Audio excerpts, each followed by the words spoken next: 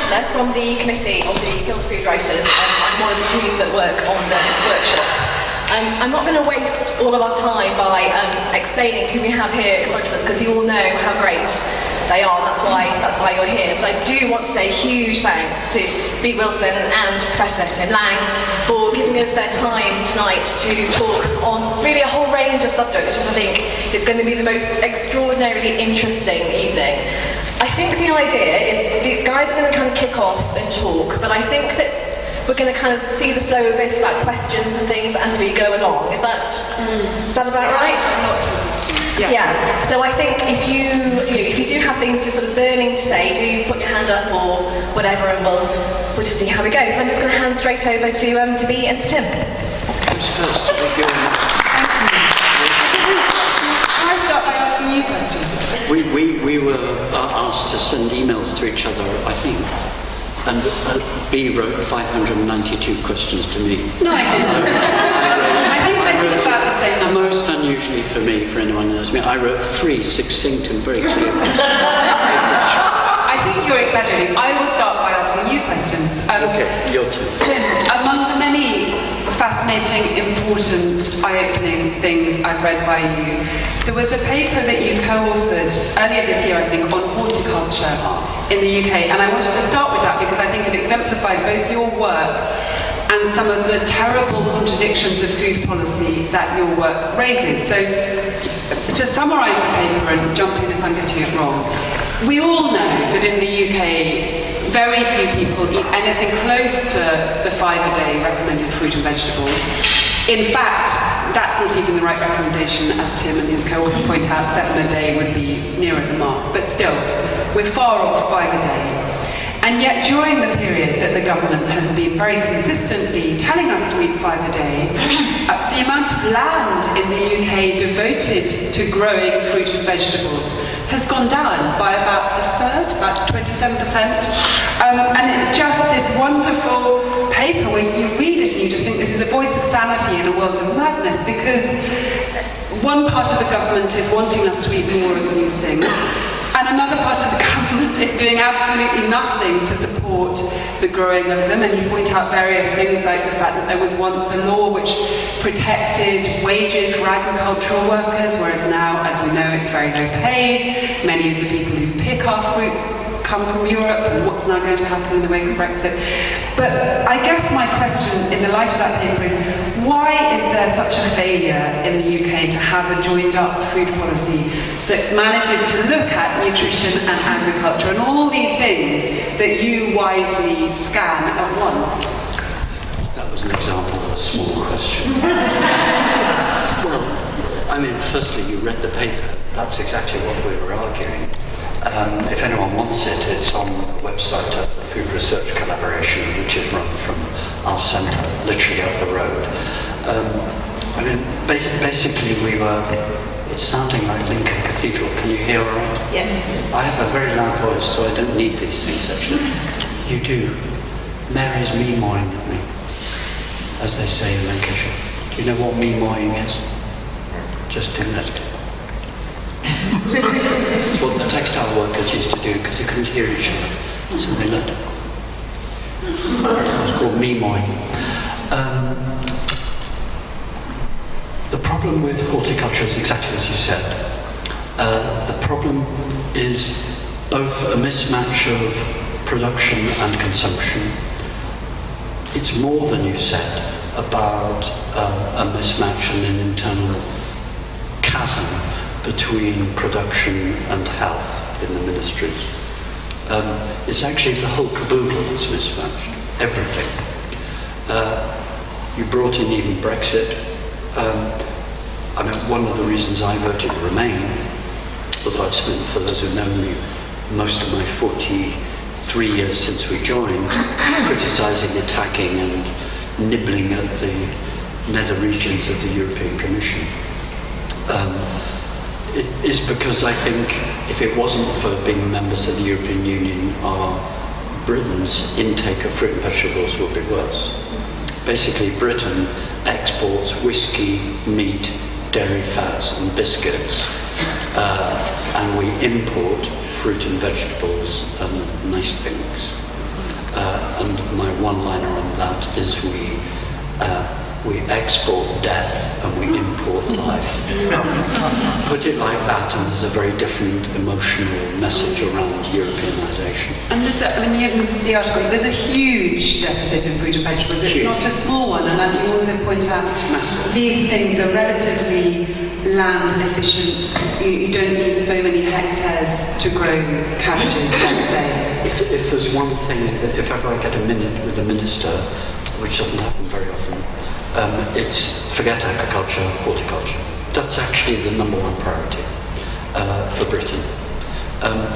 The figures are terrible.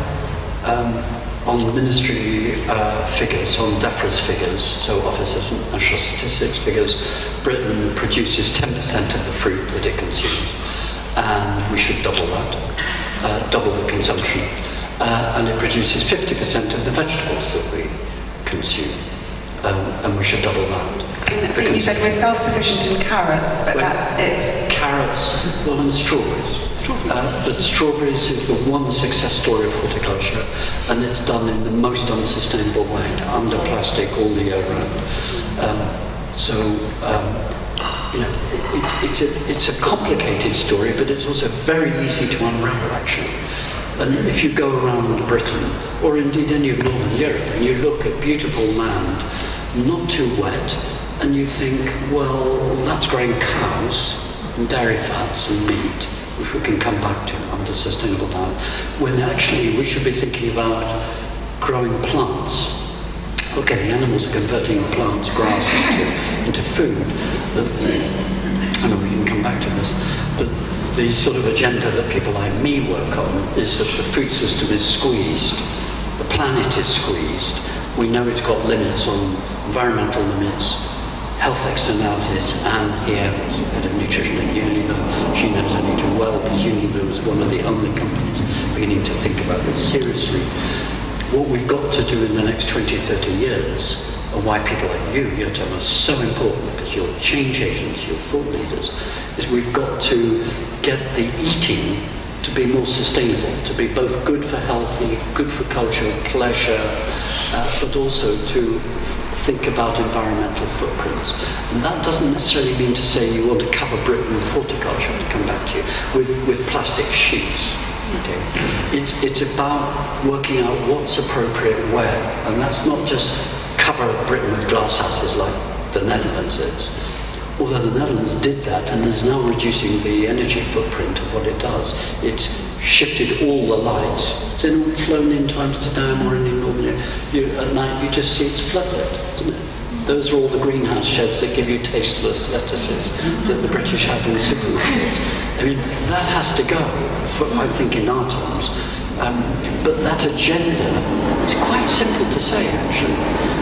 But what we've got to do is think about how can we do it well, and we use this horrible little word sustainability. We can come back to it. Can I ask you a question? Yes, you can, but I was going to ask you a follow-up. My turn. Okay. No, let me just... You do a follow-up. Okay, I'm just going to do my follow-up to that, which is...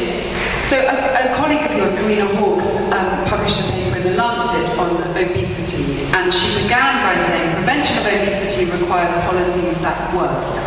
Yeah. What kind of food policies do work? Well, I'm very glad to say Karina is not quite half my age, but she's now my boss, so I obey everything she says. I mean, she's fantastic, absolutely fantastic. If any of you don't know her, she's just the best. I think, I mean, the general view, I mean, Karina is, if you like, second generation of the new generation. Well, in food policy, essentially for the last 70 years, the thinking around the world was a generation that was informed and educated in the 20s, 30s and 40s. And their effect was to transform thinking and goals in the post-Second World War reconstruction. And that generation, what I summarise as the Boyd Orr generation, he was actually a Scottish scientist, but he was the first and founding director of the Food and Agriculture Organisation. They had essentially a very simple argument. It was evidence-based, if we can produce more food by applying science and investing capital, we'll reduce waste. Main problem of waste was storage on land, food being wasted by farmers. Prices will come down. We'll produce more, prices will come down, more affordable, more people therefore will be able to eat, hunger goes down, health improves, equals progress. It's what we call the productionist paradigm, that the answer is to produce more food. That generation was enormously effective and enormously sound as a policy, food policy thinking. The second generation began to deal with the rising evidence about actually obesity was part of it, but about cardiovascular disease, strokes, that how we're eating, salt, fat, all of these issues are shaping the rise of non-communicable diseases. And they have nibbled at that productionist paradigm. And they are now in their 80s, 70s and 80s. And I'm, if you like, one of the third generation who are arguing that we have to put together to love It is someone see to heaven. regard to listening. Regard to listening. I love it. I love clock. And that's a particularly nice one. The third generation, we basically argued that food policy is about integrating different bodies of knowledge, environment, culture, health, production, in a more complicated food system, where food chains have lengthened, where tastes have changed. Corinna is, if you like, fourth generation. And it's quite helpful to think of it like this, of where they're thinking, where can we do interventions into this complexity? And there's the beginning of evidence of what works and what doesn't. And your lovely book, when we come to it, is an example of first, second and third generation and fourth generation thinking. And Corinna and I had a great conversation when we met recently, because she was saying she's trying to do at a policy level what I was talking about at a personal level, which is how do we change our preferences? And that has to be a population approach. There's no point us thinking, I think all of us think, it's a theme across all of those four waves, if you like, but everyone knows there's no point B. Wilson improving her diet. It's very good for you or me, but it's actually population effects.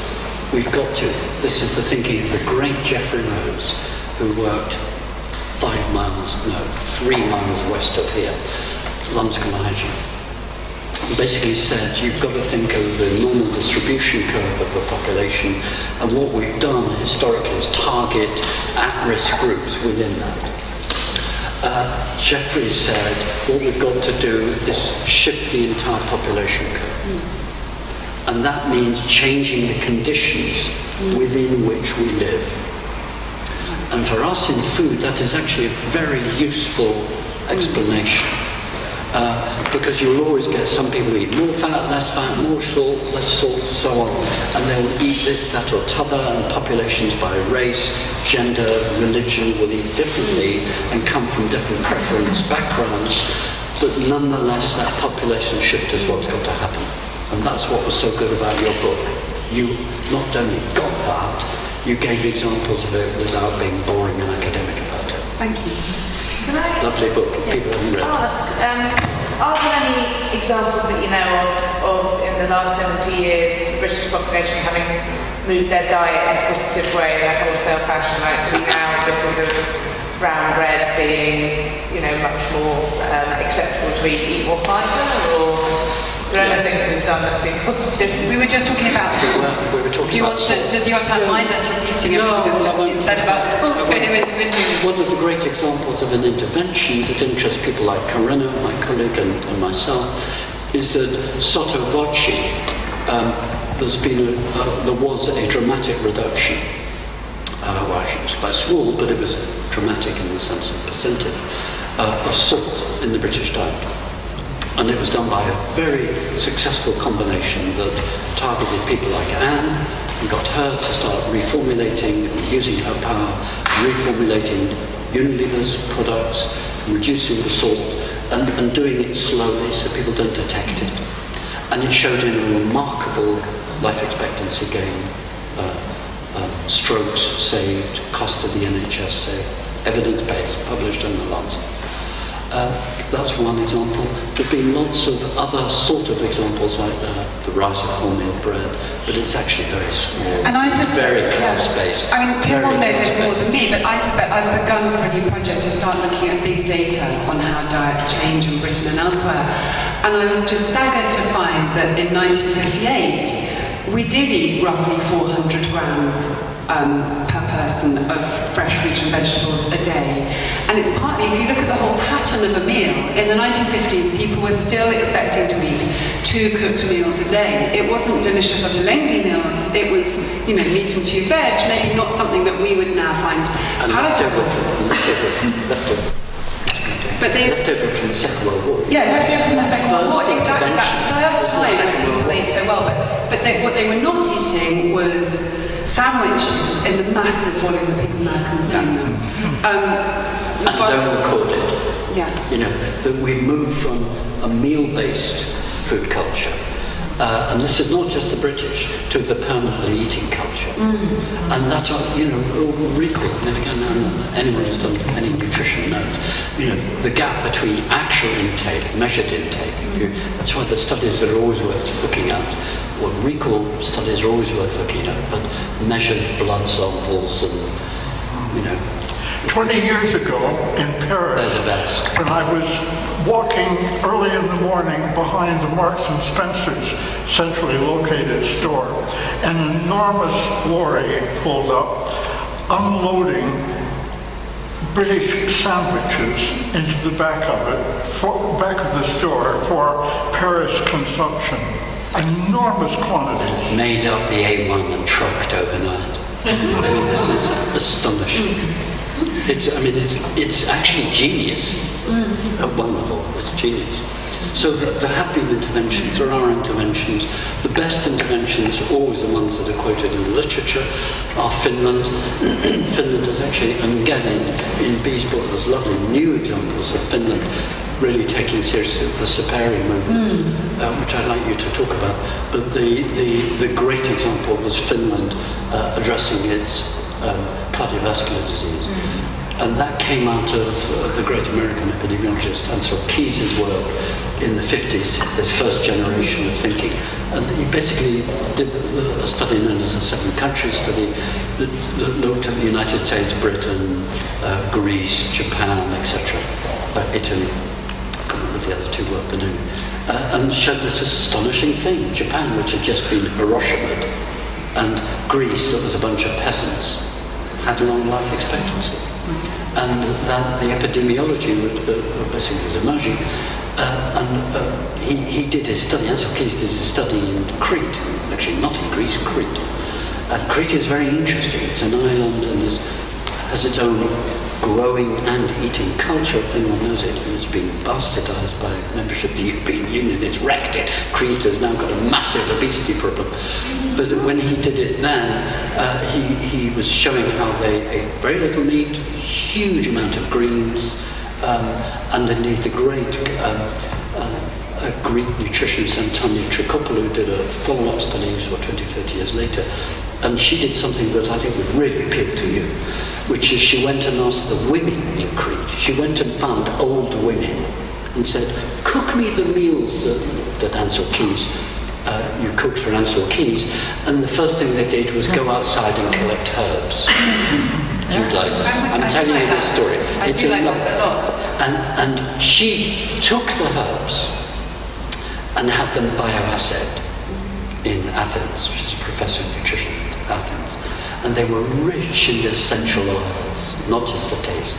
So her point was that how we cook is absolutely critical to taste, but also health. So I guess my next question... He then said, I haven't finished the point, he then said, this is a Tim Lang, we're going to ask her some questions, don't we? He then said, well look, actually the microphone's so excited it's fallen apart. He then said, well, we've got to eat like Greeks, and low fat, And again, what he didn't do, but Antonio Ciclopolo did, said, well, the lamb isn't lamb. The lamb in Greece, when I went there 40 years ago, it looked like rabbits. They run up and down mountains. It wasn't fat. Now you go to Greece, and it's fat European lambs. They've changed. The conformation has changed. The taste, therefore, changes. So these are interventions, and their knowledge that derives from interventions. Well, Finland took that sort of work and did an intervention and reshaped how Finns ate. But it was a time when there were only 3 TV channels, and the guy who led it, the great Pekka Pushka, went to school with the Minister of Health, went to school with the head of one of the TV companies, and basically could, bamboozle choice. They all say they couldn't do it now. And yet, they're doing sapere, which I think is interesting. So we should talk about sapere. Yeah, okay, you asked me that. I have an answer to Keith's question as well, but I'll return to that. Should we move on to sapere? Because the Finnish thing is very interesting, because what you were saying about what they did on cardiovascular health, it was precisely what you were talking about at the beginning with horticulture, that they did see that agriculture and consumption went together. They diverted a lot of land to berries, didn't they? They did. They did. Can I ask you the questions about this? If you haven't read it, you really ought to do. I'm shamelessly plugging. I say it behind her back. This is a lovely book. Now, she's a historian gone wrong. I'm a psychologist gone wrong. I have a PhD in psychology. Now, she's entered my old territory, okay? So I read this very critically indeed. But you got it. Thank you. You got it, absolutely got it. It was completely wonderful from start to finish. What I really liked about it was that you started with the sort of the biology and psychology, but actually you very quickly went into culture and taste. In academic terms, you were using a sort of multi-criteria approach. You weren't saying food is all about taste, and you weren't saying it's all about production or all about nutrition. You were saying it's about all of it, actually. It's a systems analysis. But why did you do that? Was it the evidence that led you into that, or she weaves her family experiences, her sister, herself, children, everything. It's lovely and personal, but also very non-personal. I mean, it's much more personal than I intended it to be when I started. I had at the back of my mind for a very long time, I used to write a column in the New Statesman for 5 years ago, as Felicity now does, and I wrote a whole series on school food, just pre the Jamie Oliver revolution, and I had at the back of my mind, there's something shocking about the way we feed children collectively, and the way we think about children's food, and they should be the people who are eating the very best food, and so often they're given the very worst, as Tim's colleague. We being British? We being maybe the Western world, the Western industrialised world. I think that's what you mean.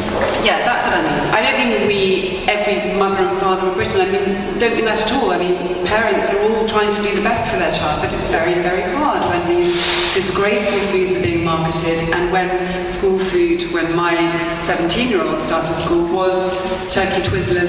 Actually, he had a product even worse than turkey Twizzlers. I still think of this. At his school, I forget what festival they were trying to celebrate. I think it was to celebrate Easter. They had a reformed turkey product called Turkey 2004, shaped to look like the year. And then the next year they brought it out again. They still had it in the freezer in 2005. I mean, it clearly hadn't perished or gone off. It had a very long shelf life. Anyway, so I had, back in 2004, when my son was eating this shocking food because Jamie Oliver hadn't quite managed to make the changes, I was thinking, children's food, there's something very interesting there. And I kept thinking, there's something interesting about how children learn to eat. And my 3 children eat in completely different ways, and that interested me.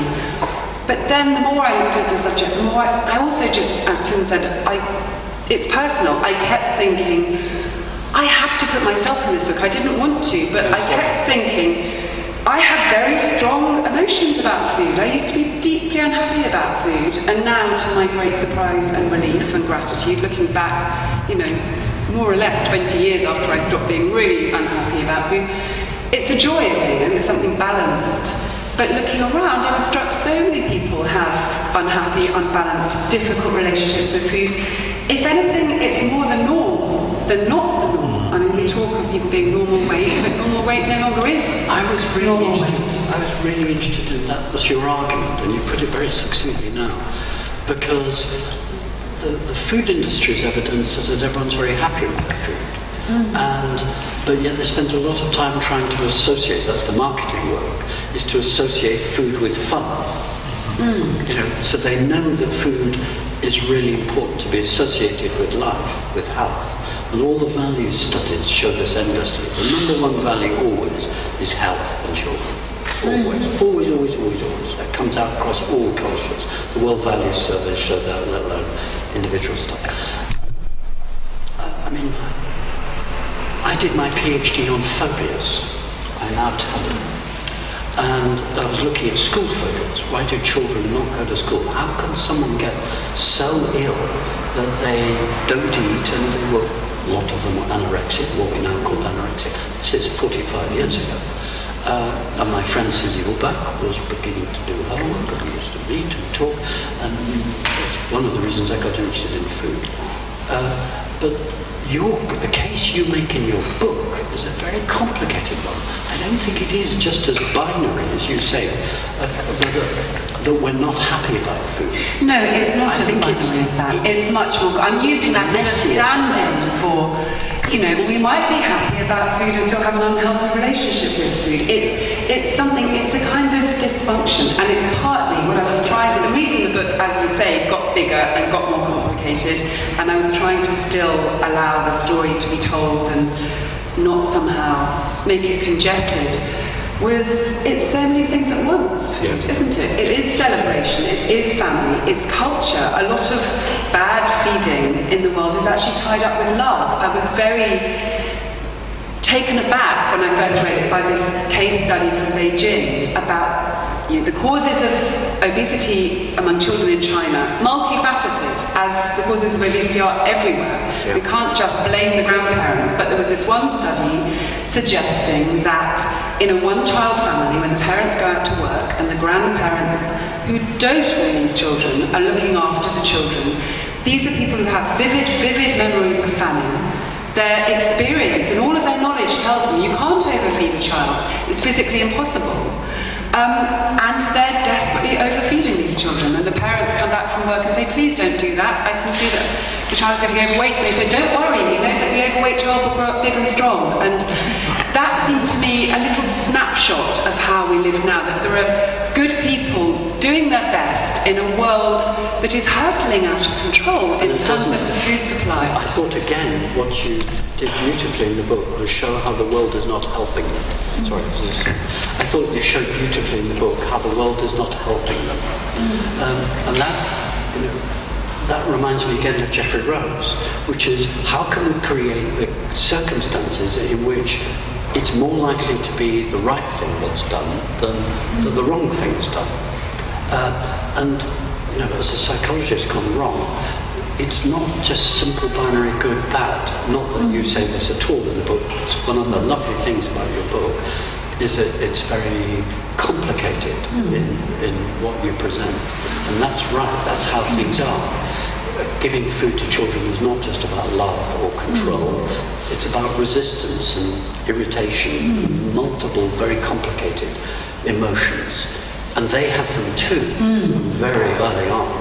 As the great Fay Weldon said, if you see a baby coming, duck. It's a problem.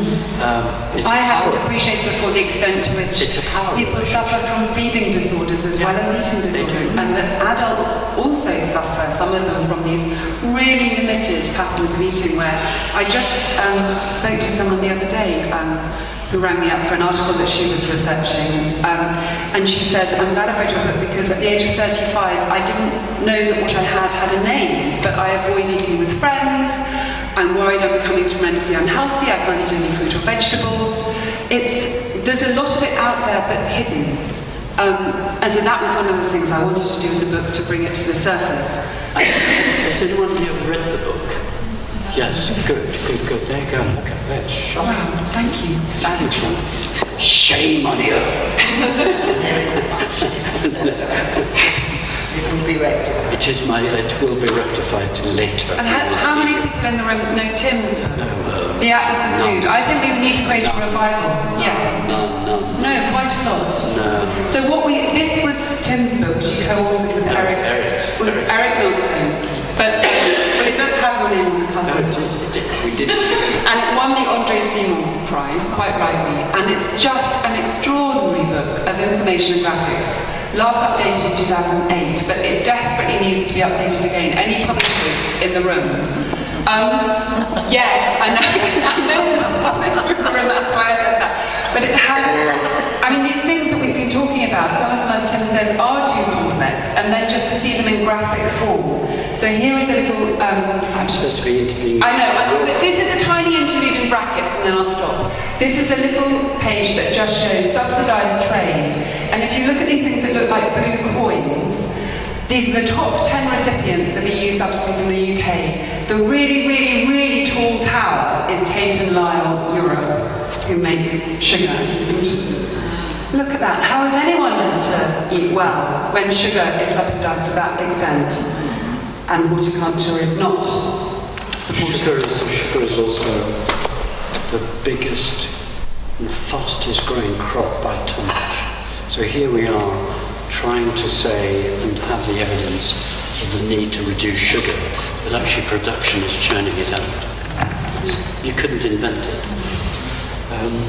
I just tweeted about it last week and I just read the new figures. Can I ask you a supplementary? What was your motivation for writing this book? Because it's a very erudite book, but it's a very accessible book and it's a very personal book. Because you've written other lovely books. I first met and indeed had to chair B with a lovely adulteration book. Has anyone read the adulteration book? Oh my God, a fan club. A fan club in front of Jutta Ottolenki. You're nobody before B. Well, was it a continuity? You've gone from that to the other one to this one? In some ways it was. All of my other books were historical in some sense. And I think when I started writing this one, I thought it was going to be more historical, but in the end, really only the children's food chapter was historical. When I went back to the history, which will have been very familiar to already, of the Bradford school food movement, which was so visionary. We think we're trying to reform school food now, and actually 100 years ago in Bradford, people were doing and saying the things with school food. Actually, I should have said that in answer to you. What interventions? Because there is a history of interventions. That's the sad thing. You feel people are reinventing it, and the sort of discussions I was just amazed to find people discussing: should we just give children nutritious food and make them eat it, or should we actually try to make them like the nutritious food? And only a few people seem to get that actually if you did the second thing, everything would go rather better. And their model of nutritious food then was rice pudding. But still, it's the same argument. There's a lovely account of rice pudding. I really loved it. I chortled when I read it. The only thing I criticised in that was not a nasty criticism, but just sort of an extra ingredient into the soup pot, is that I thought what you didn't do there was capture the moral dimension. And the moral dimension about the role of the state. You mentioned it a few times, but on that school meals and Bradford story, it's essential, because at that time, you've got to remember, Britain had just been completely pummeled by a bunch of very well-fed, 9-foot-tall, like your son, Dutch, South African farmers. They'd beaten the British almost into oblivion, but not quite. And the Brits went into a bout of complete navel-gazing. The Royal Commission that ended up with the eugenics, the Royal Commission on Physical Deterioration, which you'd know, but also, more importantly, in food policy terms, you've done it again. I know, the Royal Commission on Food in Time of War of 1903, which I make students read, but they never do because it's about 9,000 words long, 9,000 pages long. But it is magnificent. Because what you see there is the British state arguing about why should we bother about these useless working class kids? Why are we intervening in the parents' right to kill their child early? And you see, this is 100 years ago, and you see that discussion going on today. No. I mean, part of why I didn't... I think it's really critical. I think it's critical. I mean, the title of the collected essays from the conference on school meals that I do mention a lot in the book was Rearing an Imperial Race. Yes, but I partly didn't mention that because I think a reader hearing that thinks, that's terrible, who are these terrible people? And it almost, for someone that isn't interested in history as you and I are, it obscures it. So in this book I felt I'm writing, if I'd been writing Swindled again, I absolutely would have, that would have been a purely historical chapter. Yeah. But even there, it was different. And I think it partly was, talking of intellectual trajectory, if I go back to Swindled, I'm really proud of that book. I loved doing the research for it. I kind of fell in love with some of those great heroes. Alexis Soyer, who he's just wonderful, isn't he? A German chemist who, in 1820, exposed all of these terrible things that were happening in the food supply in London. And he would just say it's all falsified and padded. And he was moral, deeply moral. And he would say it's terrible that a highwayman who robs someone at gunpoint goes to prison or is executed. And yet someone who poisons an entire community slowly is let off scot-free. Or goes to that. And we still don't have an answer to that. So I found I loved writing that book, but when I look back at it, I sort of feel I could have done something more in the world now. People who read it because they like history. But they didn't go out and think, what should I do differently? They just thought, wasn't it interesting that Victorian food was so adulterated? I did take it up to the present day and talked about Bangladesh and current day China. But First Bite was partly, I may go back to history, but I don't know. I felt I needed to do something on psychology. Well, I'm pleased you did, because I think it is very important. But one of the many reasons I left psychology was because I got fed up with the individualization. And one of the things I really thought you captured completely beautifully is how it is possible to take, and good psychologists do this, they take the sort of individual biology to individual mindset and what the Heideggerian Frankfurt School used to call life space, what you can do in your realm of potential influence. You take that out of the personal. And I think that's what our problem is how to address the non-personal while helping the personal. I think we need to address the Politicians don't like to do that as well. I mean, I was struck. I mean, back when I was a teenager, overweight, compulsive eater, and you just hear a word like obese, never mind obesity crisis, and you feel as if you've been punched.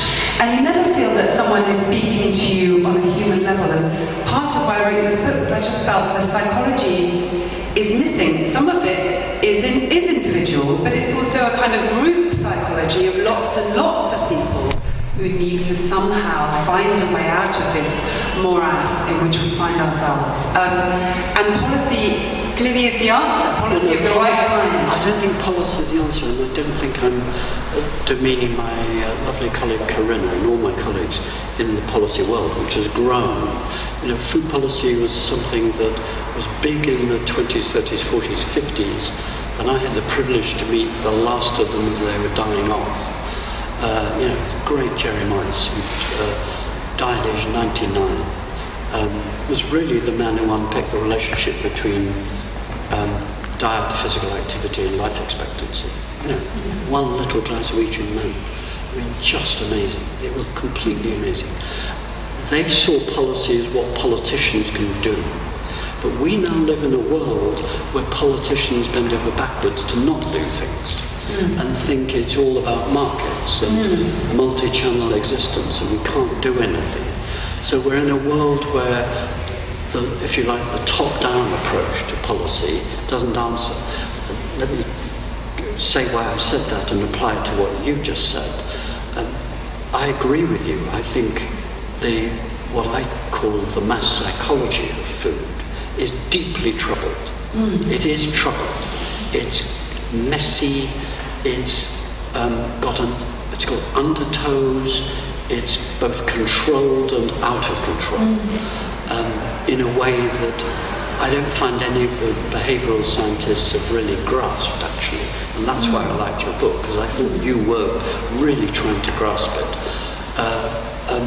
But what we're not putting into that picture is how in the modern world it's not policy what governments do, but it's policy what Coca-Cola does. I mean, I give the new book I just finished with another of my colleagues, Pamela Mason, a nutritionist, which is on sustainable diets that you referred to earlier.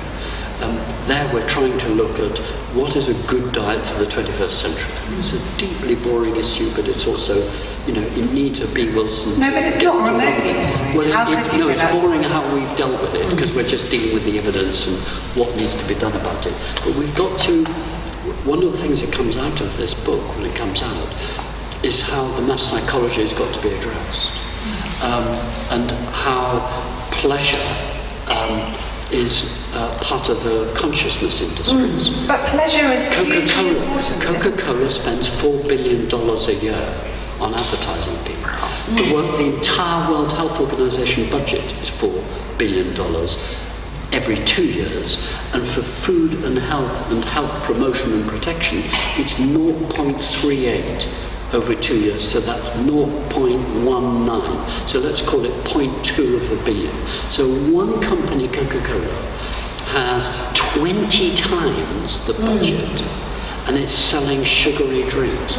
And even when it's not selling sugary drinks, they're sweetened artificially. So that's part of what the great Barry Popkin calls the sweetening of the world's diet. And he just published a paper with Corinna, didn't he, on how 73% of products in the world or in the United States are sweetened, whether it's with artificial sweeteners, whether it's with sugar, whether it's... And I just read this other paper from a Japanese scholar at Cambridge University, I've forgotten his name, and it was on how even if you completely take obesity or being overweight out of the equation, consumption of both artificially sweetened and naturally quote-unquote sweetened drinks is linked to type 2 diabetes. It is, yeah. Type 2 diabetes is it's the great killer. It's what's really scaring the pants off the City of London. But coming The back insurance industry knows, and why? It's because heart attack, you go bonk. Actually, you don't. You're pretty expensive. But diabetes, you're very expensive for a very long time. And it's also not much fun for the people who are living. It's no fun. But coming back to Coca-Cola, I mean, so they have obviously disproportionate power because of that huge budget. But I'm also struck... And that's one company. That's one company. No, and again, we really need this Atlas of Food book to bring up. There are some stats in here about supermarkets and Walmart and just how many Walmarts there are, and there must be more Walmarts now than there were in 2008. But Coca-Cola understands pleasure, and Coca-Cola understands that if you change the price of something, people will behave differently. Why do governments enacting food policy not seem to understand either of those things? Well, that's a very good question. Then let's just ask if people have got questions to ask. Yes, let's ask. Shall I just quickly have a go at answering that? The answer is...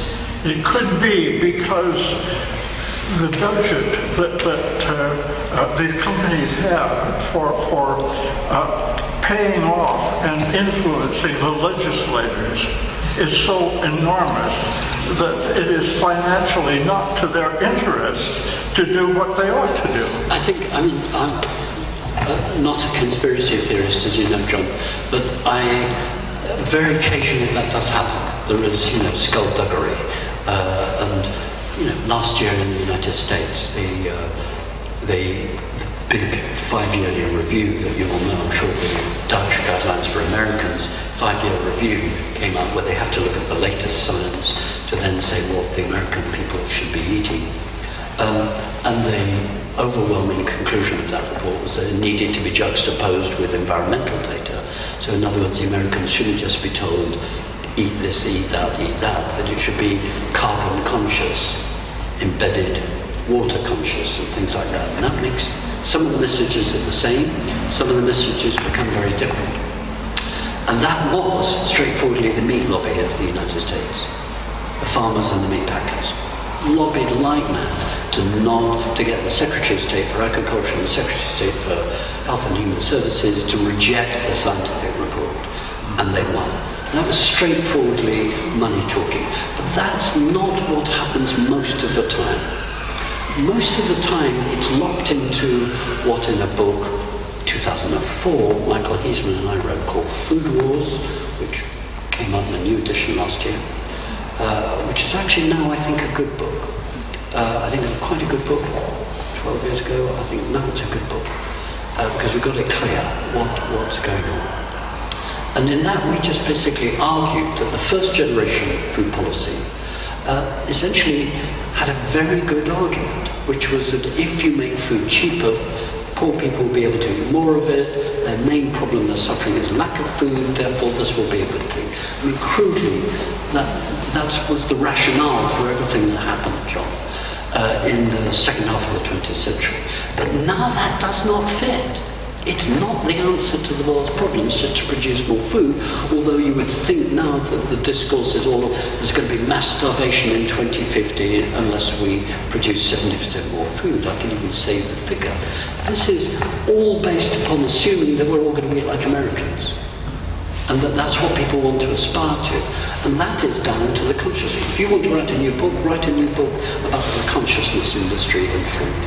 How, Vance Packard, 1956, the Hidden Persuaders, we haven't had anything like that. Tim Lobstein and I were at the London Food Commission 30 years ago.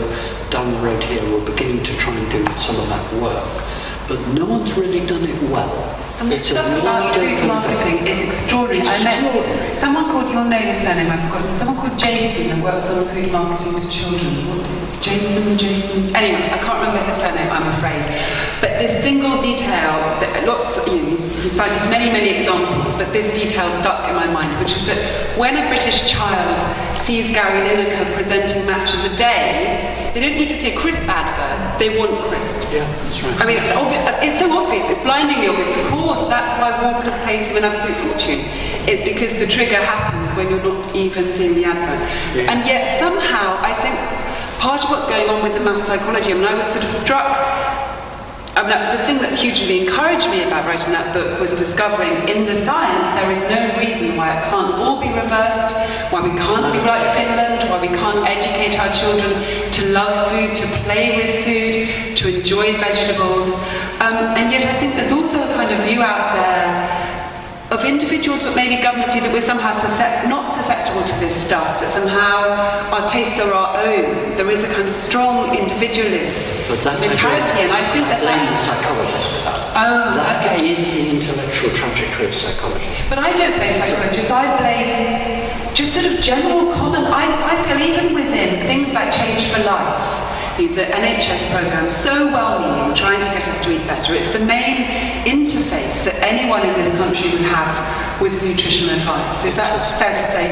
And so much of their advice is just either kind of weak or slightly stupid or not at any level grappling with how a person actually thinks about food, and never really talking about pleasure, and encouraging you to do really stupid things like feed your child a sugar-free jelly as a snack. Yeah. They haven't caught up with the new thinking on artificial sweeteners. Yeah. And I'm struck, these are well-meaning, good people who spent a long time learning their discipline, and yet somehow they haven't got this basic message that it's about pleasure. That people aren't going to change the way they eat unless they change what they like. Can we?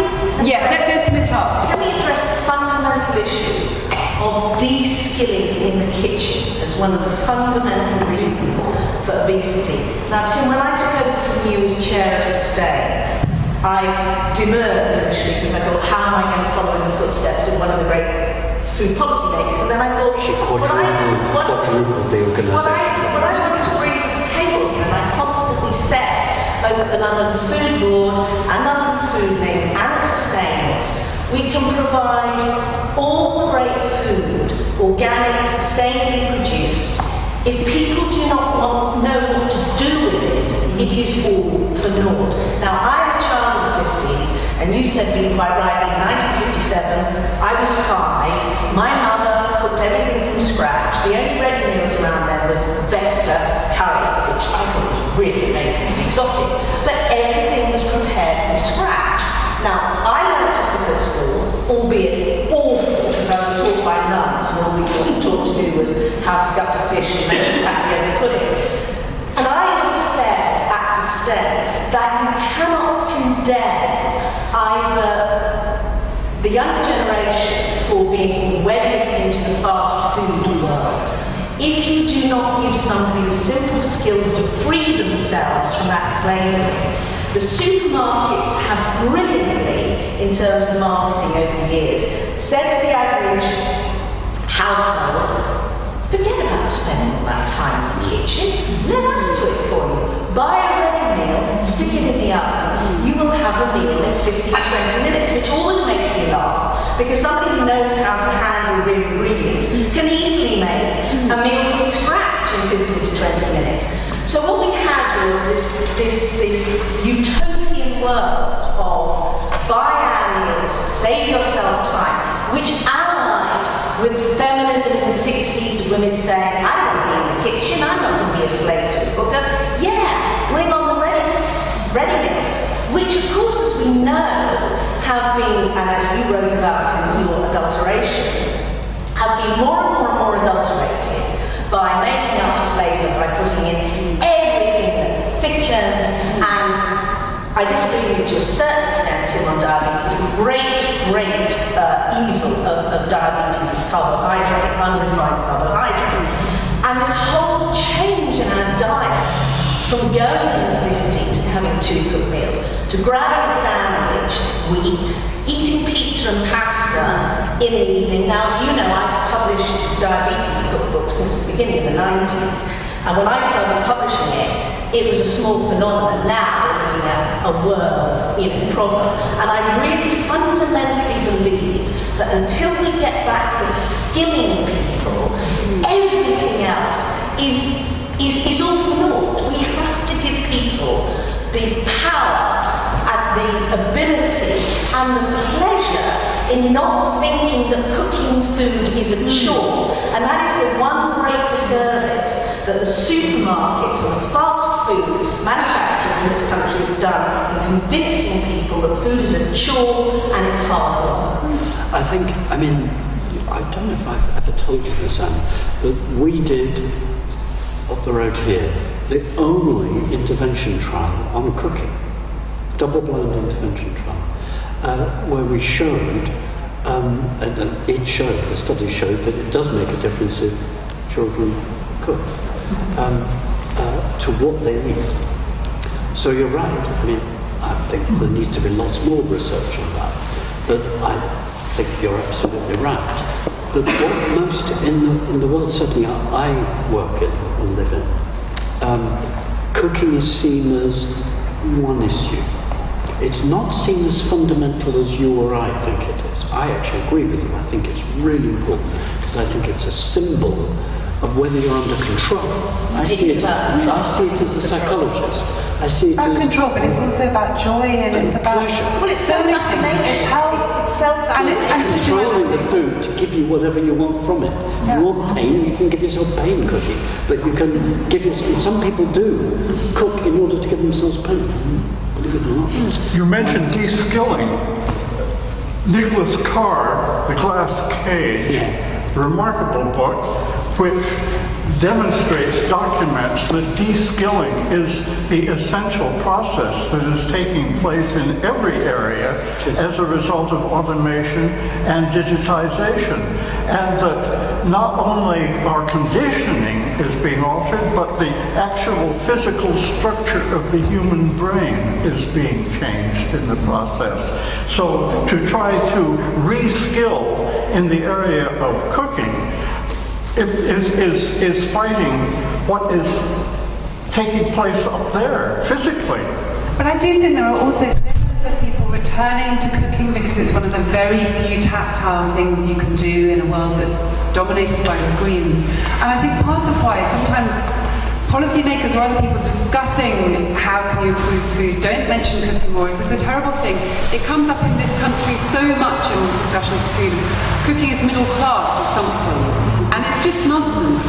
One of the most telling studies I saw on cooking, I must chase up Tim's double-blind study. But there was... That's my colleague Martin Carroll. Okay, I'm going to look for this. Yeah. But there was a study done among low-income families in Chicago. They were all on very, very low income. So they're all the sort of people from the outside that say, oh, cooking's not the answer, it's middle class, will say none of those people can eat well. But what these researchers did, they went into their kitchens and measured how many kitchen utensils they had, and then correlated it with child health. And it was quite remarkable. It wasn't fancy stuff. It obviously wasn't sous vide machines and who knows what. It wasn't even food processors. But some of the families had no chopping board, no whisk, no wooden spoon. The ones that did, the children ate better, they all ate better, they had better health, there was lower obesity.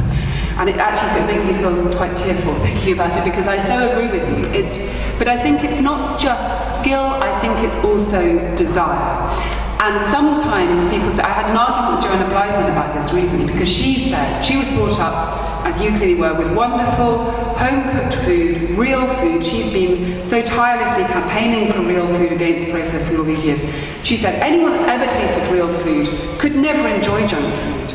I know that's not true. The first 10 years of my life, my mother cooked wonderful home-cooked food from scratch. Beef stew with dumplings, Delia Smith fish pie.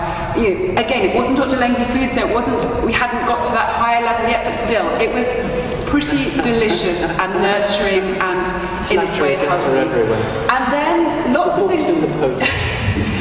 things happened at once. Ready meals came into Marks and Spencer. The marriage hit the rocks. My sister went anorexic and vegetarian, and she embraced processed food. She embraced ready meals. It was the slightly more kind of high-end ones, but still, it made me think, oh, you can have all of the skills. She knew how to make a wonderful watercress soup, how to make Dundee cake, and it all just went. That's why I use the word life space, because that's the whole point of that analysis. It's not just about cooking. I mean, I'm not disagreeing with you, because I agree with you, but the skills are embedded into other features of our lives. And it's what we place value on, isn't it? It's saying that this matters so much, I'm going to give time in the day to doing this, even if it means I might not catch up on all my emails, or I might not update my Instagram, or whatever other very important things we wish we were doing. And also what you get is that people will shift away from, we're very interested in cultural change. How does it happen at the mass level, but how does it happen at the group and the individual level? And it's points of change on when people are sensitive. Psychologists, even the rat studies show that people can be sensitized. So your mother was in a state where she was primed to be influenced by things saying save time, deliver She was love. vulnerable. She was vulnerable. So it's not just about the skills, it's about the circumstances you're in. You're back to Geoffrey Rose and the conditions in which we live. And we've got to grasp that. And that is an issue. Well, all my colleagues around the world, we talk a lot about this. That's why we launched the campaign, which is so far very successful. We're trying to get sugar taxed.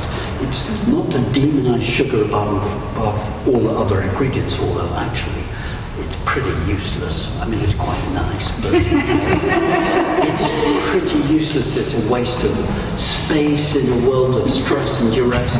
We wrote a lovely paper on that same sequence. If you like, my colleague Victoria and I, and 4 of our graduate students, we summarised the environmental data on sugar. I mean, sugar is a disaster environmentally. Absolutely. I didn't really know it, but it is really clear if there's a product that one literally should start trying to phase out, other than for energy. It's a really fast-growing, very dense plant, and it really should just be used as bioenergy. But Tim, again, don't you agree, and maybe agrees with this too, because you looked at how people are eating, that with the whole process of ready meals, palates have been completely desensitized because they have used sugar to give flavour. It's like, Sarah Jane Staines, who runs the Academy for Chocolate. Sarah introduced me to real chocolate, and she said when she and I worked on her book together, I've never tasted real chocolate, and I realised I hadn't. She said those are candy bars, and she asserts very strongly that the palate of the British public in loving, a Cadbury's milk tray as opposed to a single square of really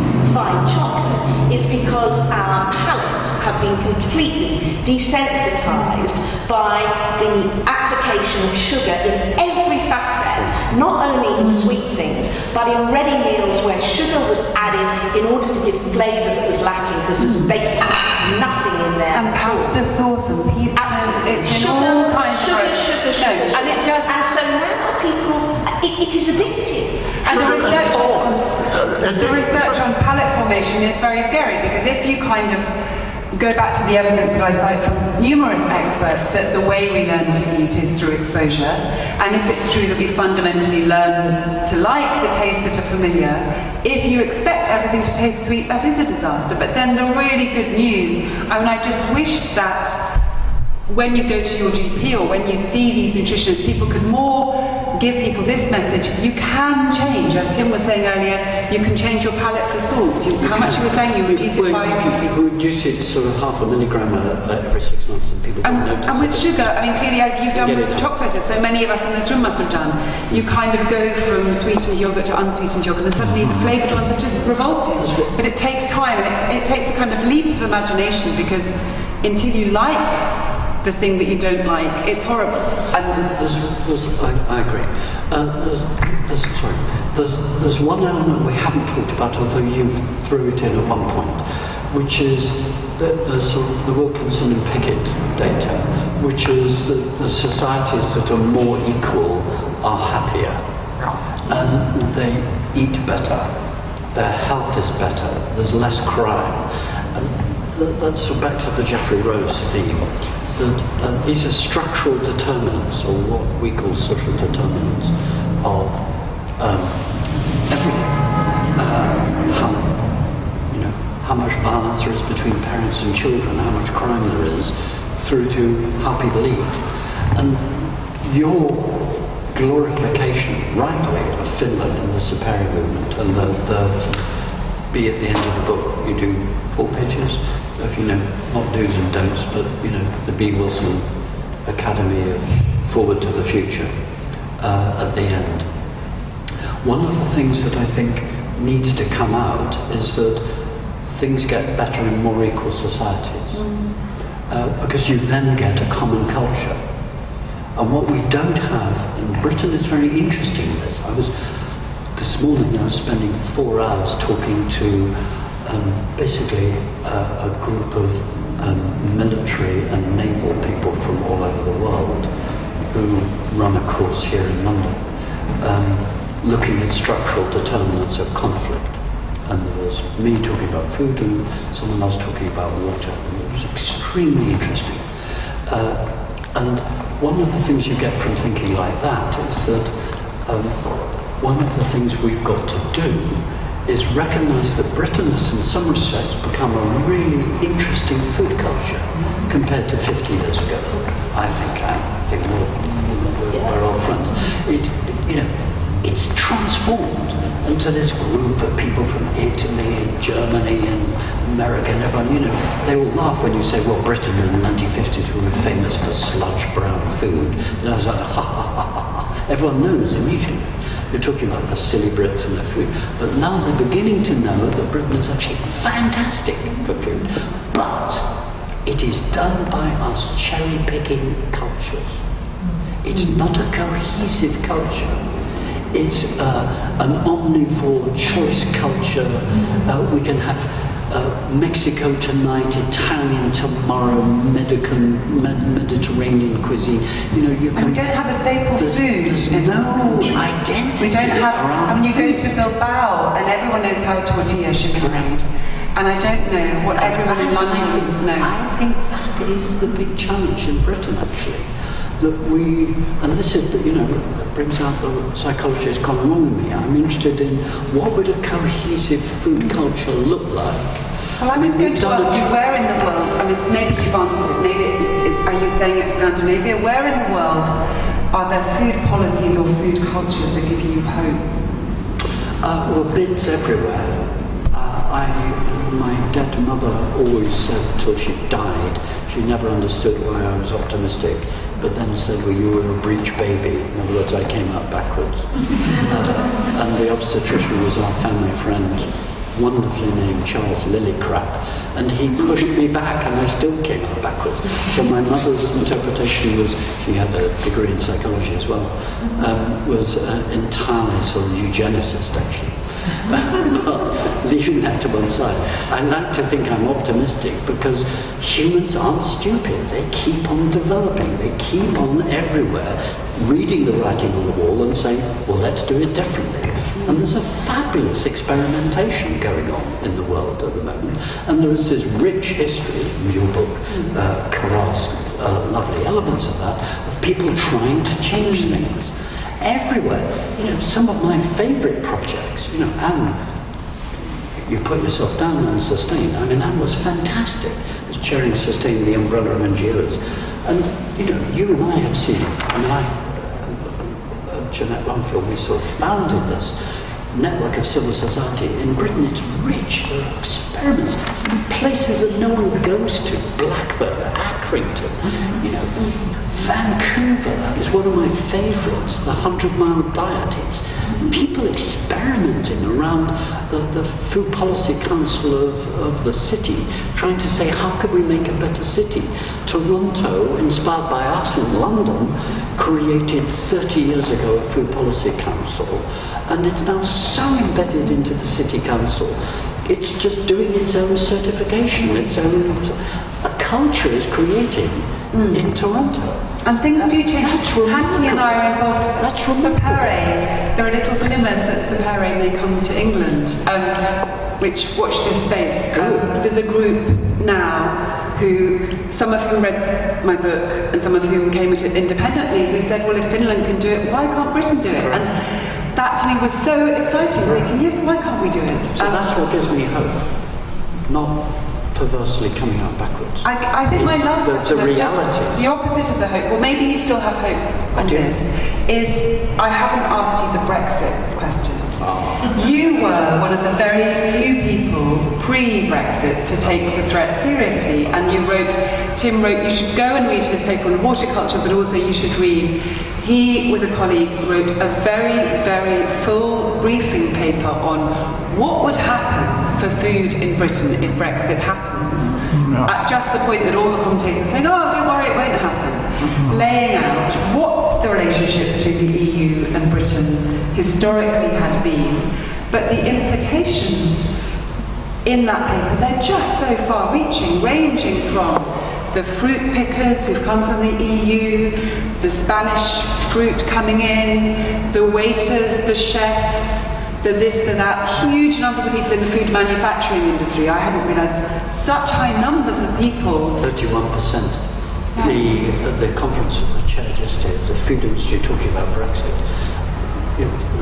People are always astonished when that, but it is 31%. We are fed by Europeans, and it feels so. Well, I still feel emotional, and I haven't quite adjusted to this new reality that we're living in. Do you, in your hopeful frame of mind, what are the hopes for post-Brexit food supply? Part of the hope, may sound very perverse, part of the hope is this is the dispossessed of Britain who took the chance to kick against the bubble of London and the rich and the people who've done well, people like me. And they said, actually, it's not like that. If you go to Blackburn, anyone been to Blackburn? I go there a lot. And I don't know. Preston, Blackburn, Accrington, Nelson, Colne. These were the towns and cities that made Britain rich with the textile industry. They started collapsing, migrants brought in, there's cheap labour across everywhere. And now it still went. And they're now apartheid towns. They're poor. They're struggling for identity and existence. But there are, just north and around Blackburn to Clitheroe, where I used to farm, just now, so I know the area very well, and got family there. There's a very interesting food culture building up as part of the trying to create a new identity for the region, the Ribble Valley food trial and things. I mean, there are some wonderful things going on against the odds. Now to answer your question about Brexit. Well, the Brexit process hasn't started yet. Secondly, in our paper we suggested there were 7 routes that it could go if the people voted for Brexit. We now think there are only 3. And basically one is, believe it or not, to stay in, which I thought was a 1%, possibly 0.1%. I now think it's 5%, just going up, because we're seeing chaos. We're seeing fundamental contradictions. The whole of the City of London, the square mile counts for 20% of the GDP of Britain, and it's not going to get the passport. And when that happens, the third option is you join the WTO. Well, so that means the British public said it wanted, the Blackburns, Accringtons, who said they wanted to leave the European Union to take back control. It means we're not going to negotiate with 26 countries, but instead we're going to negotiate with 192 on a bilateral basis. It doesn't happen. And food prices are about to go up. A tsunami of food prices is about to come through. I'm a trustee of Borough Market, no names, no backdrill, but I can tell you lots of firms which are already under pressure of their prices going up. Do they pass it on? Do they incorporate it? The chefs among you will know this only too well. The food industry conference I chaired yesterday, it was the #1 concern, sterling dollar rates and European rates. This politics is now about to start. And already there's a crisis to find enough skilled chefs because of the immigration policy outside of the EU. I look at the timing couldn't be better. I was supposed to be a neutral chair, and I found myself not quite ranting, but sort of a Tim Lang.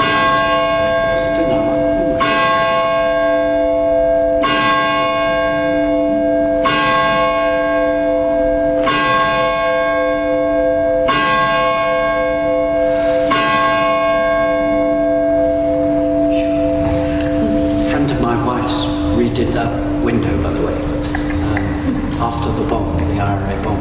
It's partly done from old medieval glass and partly new. Brexit, I think, is going to be the politics. It requires a unified voice from food. And funnily enough, well, B knows because at the Oxford Food Symposium, I saw gave a... It was absolutely, Tim gave our keynote barnstorming lecture. It was hard in just a week or so after Brexit. It was fantastic. I said, look, the food movement has to get noisy in this. And I think there's immense public value in people like you speaking about it and saying, look, there is a lot that's crazy in the food system at the moment. We know what we've got to do to put it right. But Brexit is a deviation from that, actually. Brexit is a big deviation from dealing with climate change. It's a total deviation from biodiversity loss. It's a deviation on skills. That's the point. What good is it going to do? We've got 1.7 million people working in the food service industry now. In food manufacturing, 31% of the 467,000 who work in food manufacturing are imported labour. What are we going to do? Train those overnight? Well, it takes 5, 6, 7 years. How long to train a chef? I've just found this crazy. Volatility, disruption and uncertainty. That was what you predicted. I did. And that's what we're now seeing already, and we haven't even had... But don't underestimate the way in which there'll be pressure to reduce the volatility and uncertainty. But, I mean, it was a Chatham House Rule meeting yesterday, so I cannot quote anyone, but incredibly senior people who've got their finger on lots of buttons were talking about extreme unhappiness in both retail and manufacturing and food service.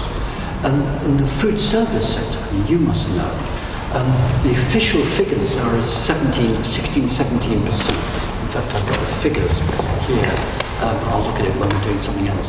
Are migrant labour. Almost everyone I know thinks it's far higher than that. I do the barista count. It's very hard. I actually just killed 2 hours in Jamie Oliver's Italian around the corner here in Cornhill. And there were 2 Brits and the rest were foreign. Great. Now, where's that going to go? Where are these going to come? Where's the training? Where's the lovely service going to come from? So if the Brits really do want to follow this through, there's got to be a massive investment in skills and training. So don't underestimate the possibility of easing out the volatility. I wonder if on that note, there must be more questions. Should we? Yeah. I wanted to know in Finland what they do about restaurants over there. When you walk down the high street here, you go to Westfield, there are no independent restaurants anymore. We have 2 restaurants, 2 Italian restaurants.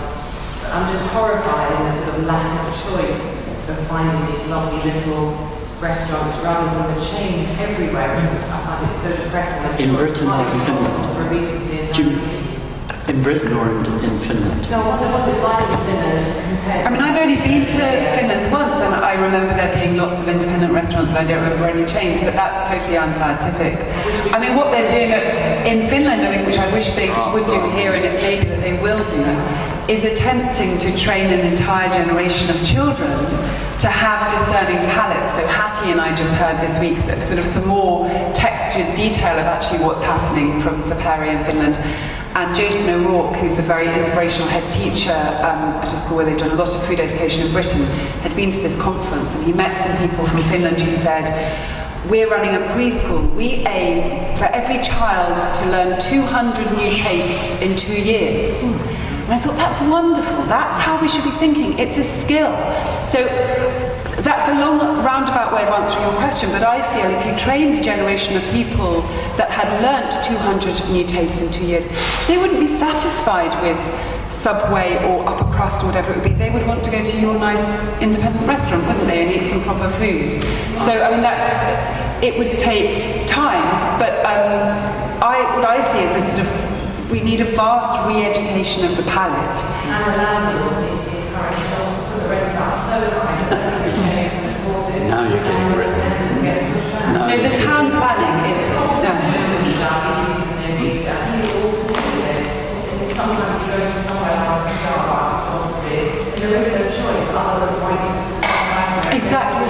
There is no choice. I was addressing a meeting at the Royal Academy 2 nights ago in the architecture wing. There's a very interesting thinking going on within architecture at the moment. My grandson's nearly trained as an architect, so I accept invitations to architecture teas. And I like it because they were talking about infrastructure, which is the sort of Jeffrey Rose thing. We've got to shift the structure to maximise good things happening rather than bad things happening. And planning, for obvious reasons, came up as a very critical issue. Actually, the problem is not so much planning, it's the price of property. It's rents. It's the cost of rent.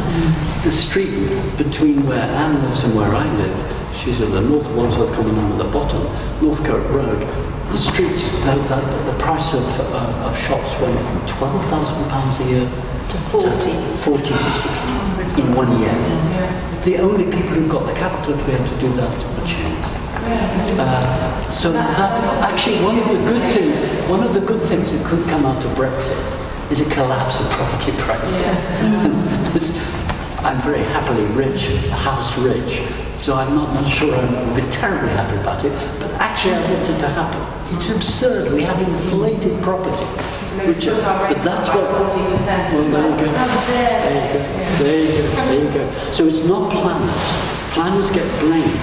Planners are actually very interested in trying to improve the infrastructure of cities. And there's an enormous, really important movement of cities and food. There's some very interesting stuff going on in Hull, isn't there? Everywhere. Yeah. Everywhere. Hull, oh my God, I used to go to Hull a lot. Hull was not exactly an exciting place. So other questions? Where can we read your Brexit paper? You can just download it. It's on the Food Research website, foodresearch.org.uk. Yes. Yeah, it's not to do with policy, but I was just wondering what your thoughts were, your concerns about sort of opposite of obesity, the kind of rise in sort of orthorexia, I do. sort of so-called clean eating and sort of group of young people who are excluding entire food groups, whether it's sugar or carbohydrates or gluten, for no medical reason. And it's, on social media, it's taken on when you have concerns like that. I think it's really worrying, and I think actually we need to use this word. I mean, in nutritional circles, malnutrition is now used to cover everything. It covers obesity. Obesity is, malnutrition just means bad nutrition. It doesn't mean under necessarily or over. And orthorexic, that's a form of self-malnutrition. It's definitely a form of disordered eating. I think it's really worrying because it's a diet that's not calling itself a diet. And it's a renewed form of moralising about food, which is very dangerous because once you start to put these labels on food, then they get transferred to the people that eat the food. And I've come across lots of people who say, I thought I was doing the right thing by doing clean eating, and then I realised I was actually eating so little because by the time you said this is bad and this is bad and this is evil, there's not much left to eat except for vegetables, and even some of those are demonised. They're now kind of recasting things as butternut squash as being evil carbohydrate. You can't have that.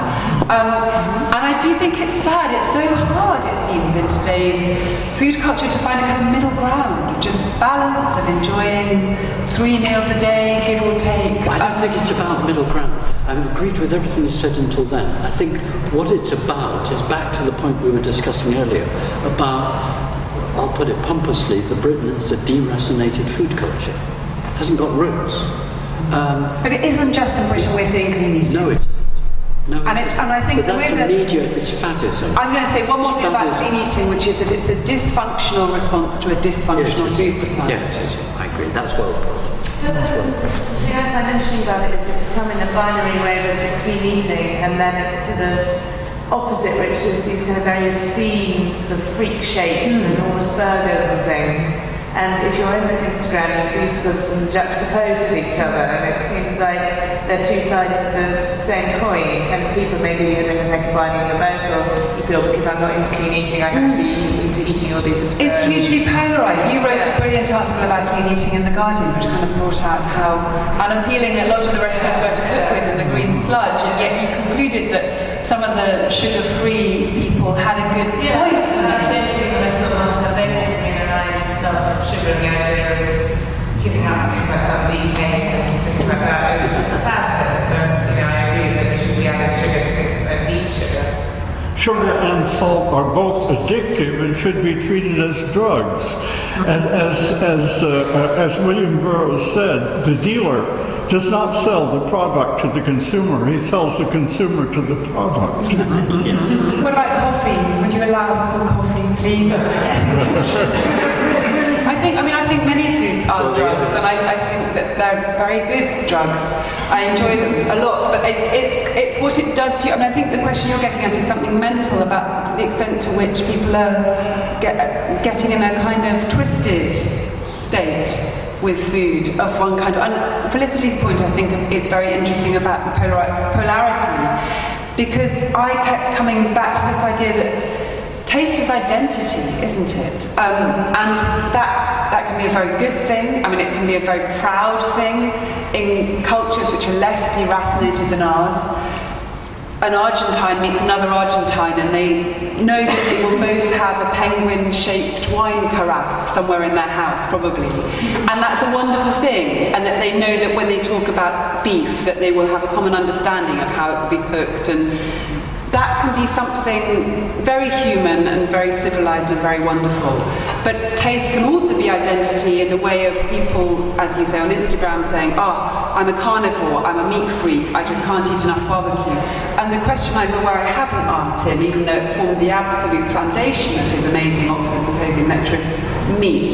In that lecture you said the single biggest thing that we needed to do for sustainable diets was to eat less meat. And I don't see any signs of policies to enable people to do that. Certainly, I was the world's only professor of food policy. I'm now one of 4, so it's growing. No one would ever say that food policy is evidence-based. a lot of the policies are despite the evidence, or indeed flouting the evidence. So there's a much more complicated relationship between evidence, policy, and behaviour. But the evidence is unequivocal that we've got to reduce meat production. And therefore that means reducing the West's obsession that more meat is good, and to make portions smaller again in the way that one can do with salt and sugar. You can do it slowly and indirectly. I mean, some of you are old enough to remember Cuisine Master, which was attempting partly to do that, but doing it as a fashion, not as an evidence base. The evidence is pretty good well, in fact, very good. I think I'm on a Lancet commission now, looking at sustainable diet. It's going to be reporting next year. And so far, the evidence is very, very clear. But it takes we need to adapt this data to different places in different ways. You can't plough up Snowdonia and plant maize on it. It's high, it's steep, it's wet. You're not going to be able to do it. Having animals there is keeping the carbon in the soil and is producing something. The options become grow trees or animals. And that then becomes, I've just appeared in front of the Welsh Government over this, do you want to protect Welsh-speaking farmers from Armageddon, yes or no? And for Plaid Cymru, that actually is the critical issue. So my view is subsidise the Welsh language, subsidise them to live there, but not to produce meat and probably to grow trees, because in the long term that will be better. But that's not an anti-meat position. No one is being anti-meat in the world that I work in. Everyone is just saying there is an excess production, and that a world in which 40%, 35, 40, 45%, 50% in some countries of grain produced is fed to animals is one where we're making domesticated animals our competitors. And that's an astonishing situation to have emerged. Because I've seen calculations that if we could all eat roughly the Japanese level of meat, which I believe is something like 30 kilos a year, then everyone in the world could eat meat. But I mean, if they wanted to, if they don't want to be fully vegetarian. Whereas the UK levels are something like 90 kilos, 3 times that. And in the United States, it's 120 kilos. China is at 50 at the moment, rising quite fast. But the thing about China, all the Armageddon merchants all sort of were blaming China and India. India's got the biggest dairy herd on the planet, but doesn't eat the meat. So basically the cows are wandering the streets as gods, farting and burping, which is methane, which is 24 times more powerful than CO2. I can, sorry. No, do. So meat, I think, is very important. I'm sure everyone can listen to you all evening, but I'm there every time you guys, I know you mentioned about some pressures of travel. I've got to go to Wales at the crack of dawn to chop down hedges. Never let it be said, I'm not honest. Burning questions that people desperate to get off the chest. I mean, it has just been the most amazing hour and a half we've been going. It's just been 2 clock strikes. Yes. 2 clock strikes. Can I ask one? Yes. Yeah. I'm a bit worried about nutritionism. Oh no, Georgie, goodness. How much do you really know? A lot is known.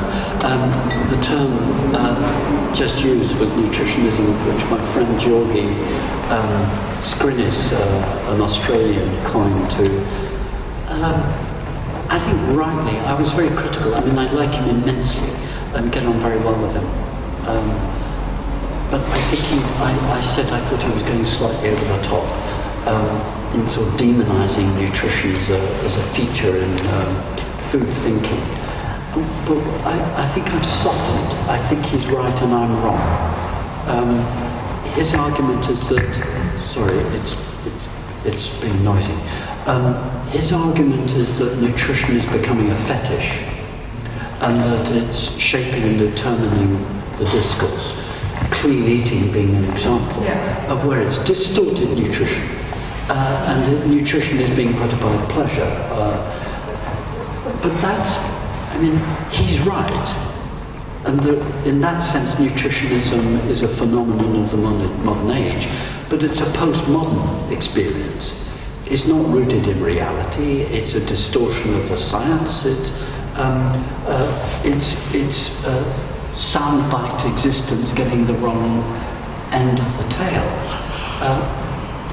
Put it differently, don't throw the nutrition bathwater out with the baby. It's the other way around. You can demonise, you can say we don't believe in experts and see where that gets us. Correct. But, for example, you mentioned Ansel Keys, and that's epidemiological evidence. And that's the evidence, for example, against dietary fats. Obviously, it can go too far, or against meat, for that matter. Obviously, that can go too far as well, and sustainability. But for example, in Crete, I think his data was collected when it was Lent, and they weren't eating it.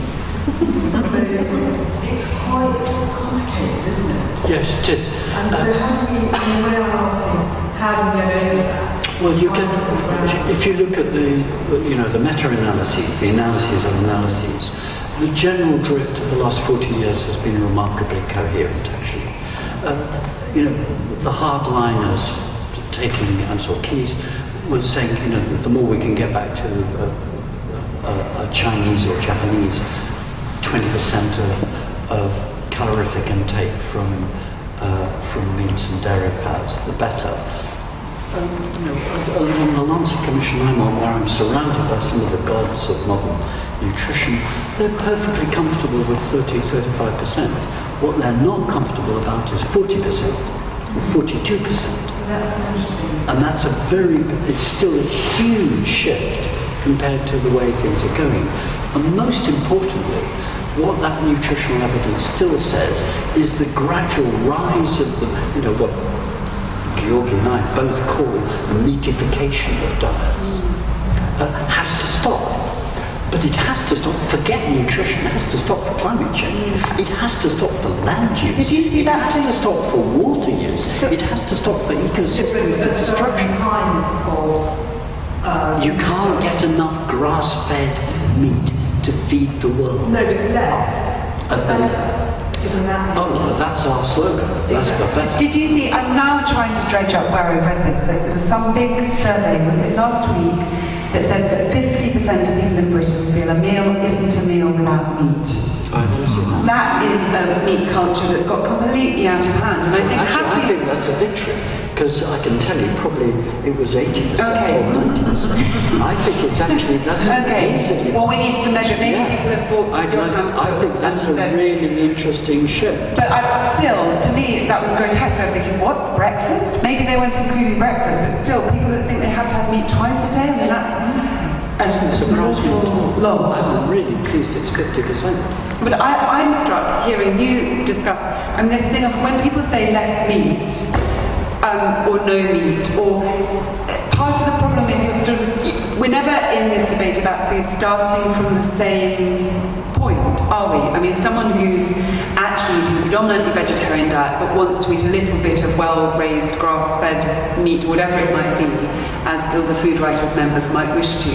That's a completely different thing from you saying, well, the difference between 30% and 40% is vast. You should get it down from 40% to 30%. Yeah. You're probably talking about the difference between 20% and 10%, and therefore you feel slightly attacked. I was struck that new Conservative policy that was announced on small portion sizes for puddings, and there was an outcry, and it was partly because it was somehow the psychology of it was wrong. Again, they somehow just enabled the headline writers to say government attacks our puddings. And then I saw a series of op-eds written about it, including one of the Times by some man saying, how dare they do this? I only go out to a restaurant once a fortnight, I order one biscotti. Are they really going to take my biscotti away from me? I think he was describing a very, very low sugar, small pudding diet, and yet he's attacking a policy which he sees as taking away his pudding. And this is what we're up against. We're in the mad British world. But this mad British world is about to get a big shock with Brexit. So, where are the biscotti? Biscotti prices. There'll be biscotti Brexiters.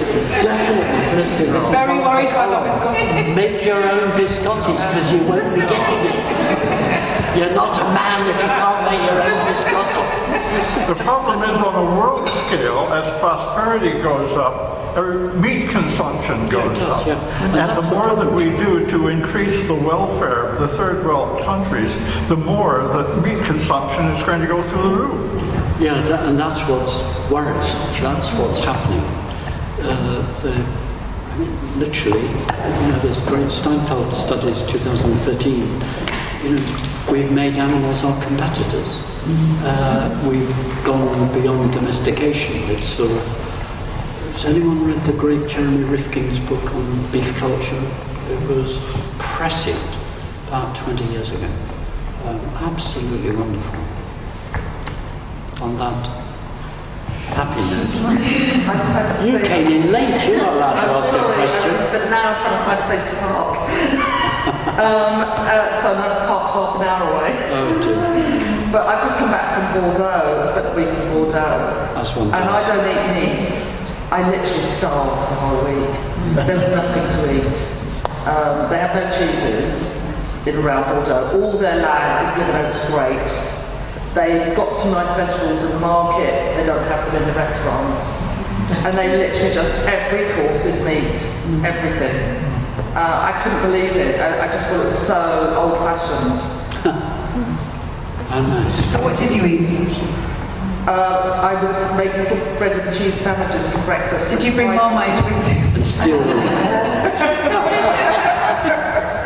There's shortage of Marmite, it's Brexit. I once went to Paris with the great Teddy Goldsmith, who was the founder of the Ecologist magazine, uncle of Zach and brother of Sir James. And they were brought up in France. He was half French. And he was outraged. I mean, he was a very polite man. And at a very fancy hotel where we went, where he was brought up, which his dad owned, he was outraged that the meal came out without greens. And he said, that is what has happened since my childhood in France and now. The greens used to be reflex, they're not. And that we should not be surprised at. It changes. Culture can change very fast indeed. Look at what we did in Britain. Sustained under and got tap water to be normalised in restaurants in Britain. My friends from abroad just say this is astonishing. How have you done this? Very easy actually. Campaign, vehement, tight, ruthless, well organised, cost nothing. Actually what we're talking about... And there's another campaign, I think this is also through Sustain, the taking confectionery away from the checkouts and replacing it with fruit and nuts. I'm old, I can tell you we stopped at that. Okay, but it's actually, you actually now see it. You do. Not everywhere. Everywhere where we get it taken up, but it comes back 5 years but it feels like there's more traction towards that this time, just maybe. I think we managed to demonise sugar a bit. This sounds quite negative to put it that way, but that I think is actually quite successful. But what we're not doing, and I think the Guild has been very important, this goes back, I was there when the Guild was founded,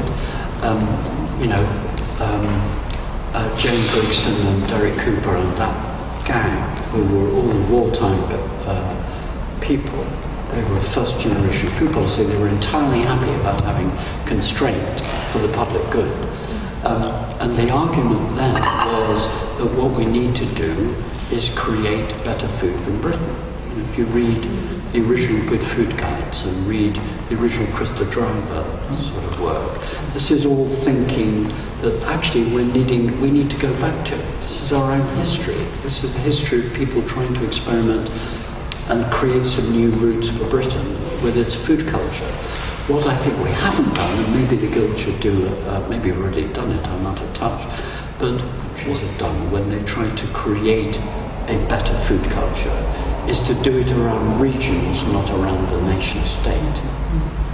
And I reviewed for Scotland the Scottish Government's dietary interventions. over about 2 years. I think 8 years ago it came out. And that was one of the things I felt, being self-critical, we didn't deal with well. Here was Scotland, which 200 years ago had a good diet, ample fish-based, a little bit of meat, actually huge amount of grains and staples, and it had actually been deracinated. It had been dismantled by industrialisation. You have to remember that Britain was the first industrial nation, and that's why we've been so problematic. We're the longest to be deracinated. The experiments I think we're doing, the debates, the literacy of the debates that we have in Britain are fantastic. But what we're not doing is trying to create new routes, trying to bed it down. It's still all pursuit of the new. And I find it sad, looking back to when I was more of a historian and less of dabbling in psychology, that we used to be a country in the 19th century that loved oily fish. We just loved it. No one had to tell us to eat herring. We couldn't eat enough of it. National dish. Whereas now we keep being told to eat oily fish and we deep frozen pizza. Deep frozen pizza. I hate the want to end. No, we need to I know there's the pressure's on you guys. Please everyone stay and have food and drinks and talk about all the interesting things that have been on the table tonight. Very good. But Thank you. huge thanks for being here. Amazing.